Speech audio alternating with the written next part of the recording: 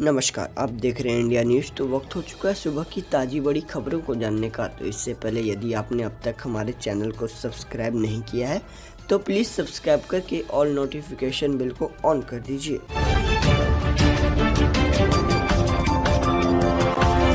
आइए दोस्तों, रुख करते हैं पहली बड़ी खबर की ओर। आपको बता दें, लॉकडाउन में आई खुशखबरी, बिना सब्सिडी वाला एलपीजी सिलेंडर हुआ 162 रुपये 50 पैसे सस्ता। दरअसल दोस्तों, आपको बता दें, लॉकडाउन में जनता के लिए अच्छी खबर आई है। तेल विपणन कंपनियों ने शुक्रवार को बिना सब्सिडी वाले एलपीजी सिलेंडर के दाम में 162 रुपये 50 पैसे प्रति सिलेंडर की कटौती की है। आपको बता दें, नई दरें 1 मई 2020 से लागू हो गई थी। ताज़ा कटौती के बाद दिल्ली में 14 रुपये 2 ग्राम प्रति किलोग्राम वाले बिना सब्सिडी वाले एलपीजी गैस की नई कीमत 581 रुपये 50 पैसे हो गई है। अप्रैल में इसकी कीमत 744 रुपये थी। वहीं मुंबई में एलपीजी सिलेंडर का नया दाम 579 रुपये हो गई है, जो पहले 714 रुपये 50 पैसे हुआ करती थी। इसी प्रकार कोलकाता में रसोई गैस सिलेंडर का नया दाम 190 रुपये घटकर 586 रुपये हो गई है। वहीं चेन्नई में एलपीजी सिलेंडर की नई कीमत 569 रुपये 50 पैसे होगी। यह लगातार तीसरा महीना है जब एलपीजी सिलेंडर के दाम में लगातार कटौती की गई है। गैस सब्सिडी वाला रसोई गैस सिलेंडर शुक्रवार से 162 रुपये 50 पैसे सस्ता हो गया है। वहीं बीते दिनों में अंतर्राष्ट्रीय बाजार में ईंधन की कीमत गिरने के चलते यह लगातार तीसरे महीने रसोई गैस सिलेंडर के दाम में कमी आई है। साथ ही दोस्तों, 3 मई के बाद महाराष्ट्र में भी मिलेगा लॉकडाउन में छूट। देश में अब तक 1147 की हुई मौत है। दरअसल दोस्तों, आपको बता दें, दुनिया के साथ साथ भारत में कोरोना वायरस की रफ्तार थमने का नाम नहीं ले रही है। लॉकडाउन के 38वें दिन के बाद 1147 मौतें हो चुकी है, जबकि पॉजिटिव मरीजों की संख्या 35,000 के पास हो गई है। बीते दिनों 24 घंटे में 72 लोगों ने दम तोड़ दिया है।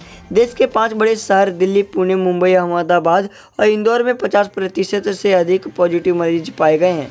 वहीं लॉकडाउन में बाहर फंसे मजदूरों को लाने के लिए राज्य सरकारों ने तैयारियां शुरू कर दी है। कोरोना वायरस और लॉकडाउन की लेटेस्ट लाइव अपडेट के लिए हमारे साथ जुड़े रहें और पेज को रिफ्रेश करते रहें। आपको बता दें कि महाराष्ट्र में कोरोना वायरस के 583 नए केस सामने आए हैं, जिसके बाद राज्य में कुल मरीजों की संख्या 10,000 के पार पहुंच गई है। वहीं बीते दिनों 24 घंटे में 27 मौतें हुई हैं, जिसके बाद मृतकों की संख्या बढ़कर 559 हो गई है।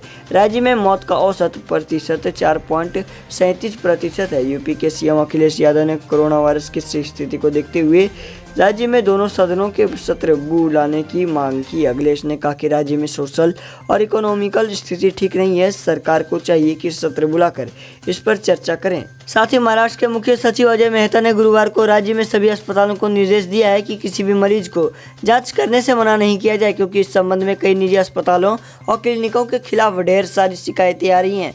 महाराष्ट्र सरकार के निर्देशों का उल्लंघन करने वालों के खिलाफ कड़ी कार्रवाई के प्रति चेताते हुए मेहता ने कहा कि आधिकारिक आदेश 2 मई से लागू होंगे।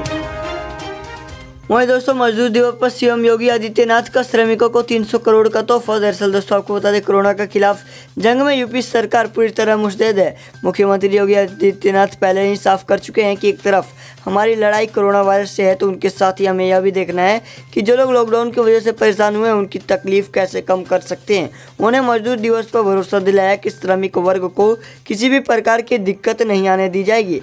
सीएम योगी ने प्रदेश के श्रमिकों और कामगारों को समर्पित किया मई दिवस। एक बार फिर एक साथ 30 लाख श्रमिकों को 300 करोड़ रुपए के भरण पोषण भत्ते का उपहार दिया है। सीएम की तरफ से हर श्रमिक के खाते में 1,000 रुपये का भरण पोषण भत्ता दिया गया है। श्रमिकों और जरूरतमंदों के मद्देनजर 18 करोड़ को राशन उपलब्ध कराया गया है। आपको बता दें, आज मई के दिवस से दोबारा राशन देने का अभियान शुरू हुआ है। वहीं सबको राशन पहुंचाने के लिए 1 नेशन 1 कार्ड योजना यूपी में लागू कर दी गई है। इस योजना के तहत यूपी के प्रवासी श्रमिक या कामगार देश के किसी भी हिस्से में राशन कार्ड का नंबर बताकर राशन ले सकते हैं। साथ ही दोस्तों, कोरोना से लड़ने में प्लाज्मा थेरेपी से उत्साहित सीएम केजरीवाल बोले, शुरुआती परिणाम अच्छे हैं। दरअसल दोस्तों, आपको बता दें कि कोविड-19 के लिए अभी तक कोई सटीक इलाज नहीं खोजा गया। इसे लेकर तमाम रिसर्च जारी है और कुछ प्रयोग भी किए जा रहे हैं। कुछ स्थानों पर प्लाज्मा थेरेपी भी शुरू कर दी गई है। इसको लेकर मिलीजुली बातें कही जा रही हैं। वहीं दिल्ली में प्लाज्मा थेरेपी के तहत LNJP अस्पताल से पहला मरीज रिकवर हुआ है। प्लाज्मा थेरेपी को लेकर दिल्ली सरकार उत्साहित नजर आई है। वहीं सरकार के मुखिया केजरीवाल ने कहा कि कोरोना से निपटने में यह थेरेपी खासी कारगर साबित हो सकती है। उन्होंने कहा कि दिल्ली सरकार गंभीर रूप से बीमारी कोविड-19 मरीजों के इलाज के लिए प्लाज्मा थेरेपी के क्लिनिकल ट्रायल को नहीं रोकेगी, क्योंकि उसके शुरुआती नतीजे अच्छे हैं। आपको बता दें, इस घोषणा से कुछ दिनों पहले केंद्र ने कहा था कि कोरोना वायरस मरीजों के इलाज के लिए प्लाज्मा थेरेपी प्रायोगिक चरण में है और इससे जीवन के लिए घातक जटिलताएं पैदा होने की आशंका है। उन्होंने कहा कि हम प्लाज्मा थेरेपी के क्लिनिकल ट्रायल को नहीं रोकने वाले हैं। हमें थेरेपी के अच्छे परिणाम मिल रहे हैं, हालांकि यह प्रायोगिक स्तर पर है। वहीं सीएम ने कहा कि मुझे बेहद खुशी है कि 1100 के करीब जो लोग ठीक हो चुके हैं वो अपना प्लाज्मा डोनेट करने को तैयार हैं। मुझे बेहद खुशी है कि 1100 के करीब जो लोग ठीक हो चुके हैं वे प्लाज्मा डोनेट करेंगे। प्लाज्मा भी एक तरह से प्लेटलेट्स की तरह खून का हिस्सा होता है।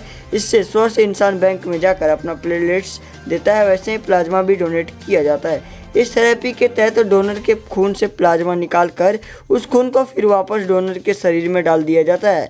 प्लाज्मा से फिर एंटीबॉडी निकालकर कोरोना संक्रमित व्यक्ति को चढ़ाया जाता है। रुख करते हैं दोस्तों अगली बड़ी खबर की ओर। सुप्रीम कोर्ट ने राज्य सरकार से मांगी जांच की स्टेटस रिपोर्ट। CID जांच पर रुख से इनकार। दरअसल दोस्तों आपको बता दें, सुप्रीम कोर्ट ने पिछले महीने महाराष्ट्र के पालघर में हुई मॉब लिंचिंग की चल रही जांच के मामले में राज्य सरकार से स्टेटस रिपोर्ट पेश करने के निर्देश दिए हैं।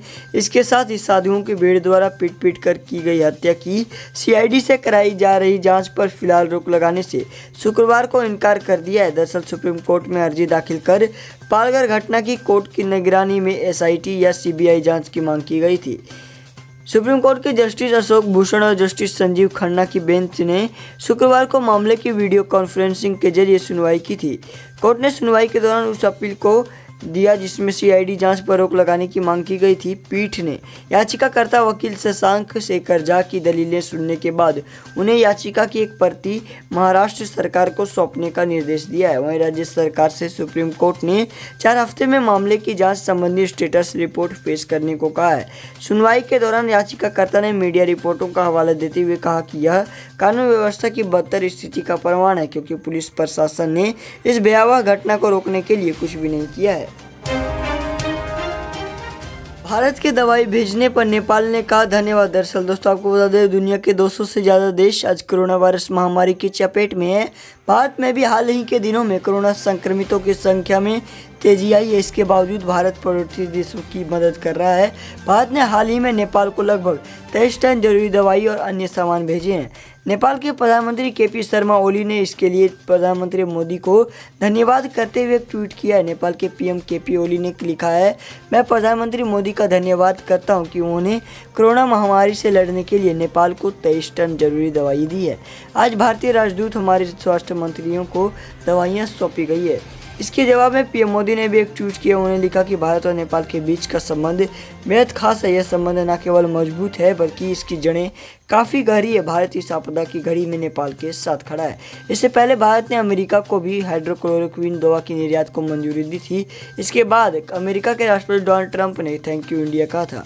अमेरिकी राष्ट्रपति डोनाल्ड ट्रंप ने कहा था कि मुश्किल हालात में दोस्तों के बीच और सहयोगों के बीच ज़रूरत पड़ती है।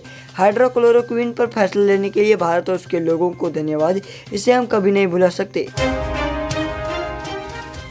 रुख करते हैं अगली बड़ी खबर की ओर। आपको बता दें, कर्ज को लेकर पाकिस्तान ने चली यह बड़ी चाल, चीन का करारा जवाब। दरअसल दोस्तों आपको बता दें, पाकिस्तान के प्रधानमंत्री इमरान खान ने एक पखवाड़े में दूसरी बार चीन के पैरों में अपना दामन बिछाकर कर्ज माफ़ी के साथ ही ब्याज वापसी की शर्तों में नरमी बरतने की गुहार लगाई है। ऐसा बताया जा रहा है कि इसके बावजूद चीन के राष्ट्रपति शी जिनपिंग पर इसका कोई असर नहीं पड़ा है। इमरान खान ने शी जिनपिंग को लिखी एक दरख्वास्त में गुजारिश की है कि कोरोना वायरस से पैदा हुई आर्थिक दिक्कतों को ध्यान में रखते हुए CPEC के तहत बनाए गए पावर प्रोजेक्ट को दिए गए $30 बिलियन के कर्ज के ब्याज की वसूली कुछ दिनों के लिए टाल दी जाए, कुछ कर्ज भी माफ़ कर दिया जाए।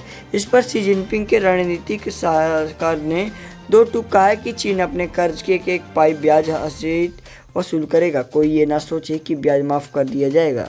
ध्यान रहे कि ठीक इसी तरह की गुजारिश पाकिस्तान ने 15 अप्रैल को भी की थी, लेकिन चीन ने इमरान खान की गुजारिश दरकिनार कर ब्याज का तगादा कर दिया था।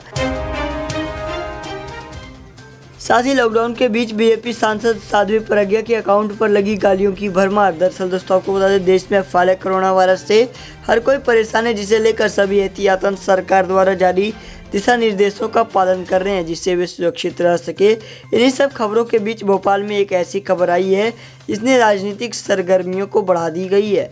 आपको बता दें, जेल से रिहा चल रही मालेगांव बम ब्लास्ट के मुख्य आरोपी और बीजेपी सांसद साध्वी प्रज्ञा सिंह ठाकुर के नाम से फर्जी अकाउंट चला रहे एक यूजर ने ट्वीट कर हैंडल कर रहे लोगों में हड़कंप मचा दी है, जिसके बाद एक धराधर कई ट्वीट होने लगे।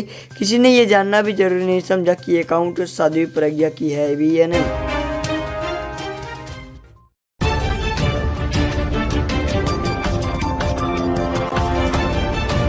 दोस्तों वीडियो पसंद आए तो वीडियो को लाइक करके चैनल को सब्सक्राइब कर दीजिए। इससे होगा क्योंकि हम जो भी वीडियोज डालें आप तक बिना किसी रुकावट के पहुंचते रहे।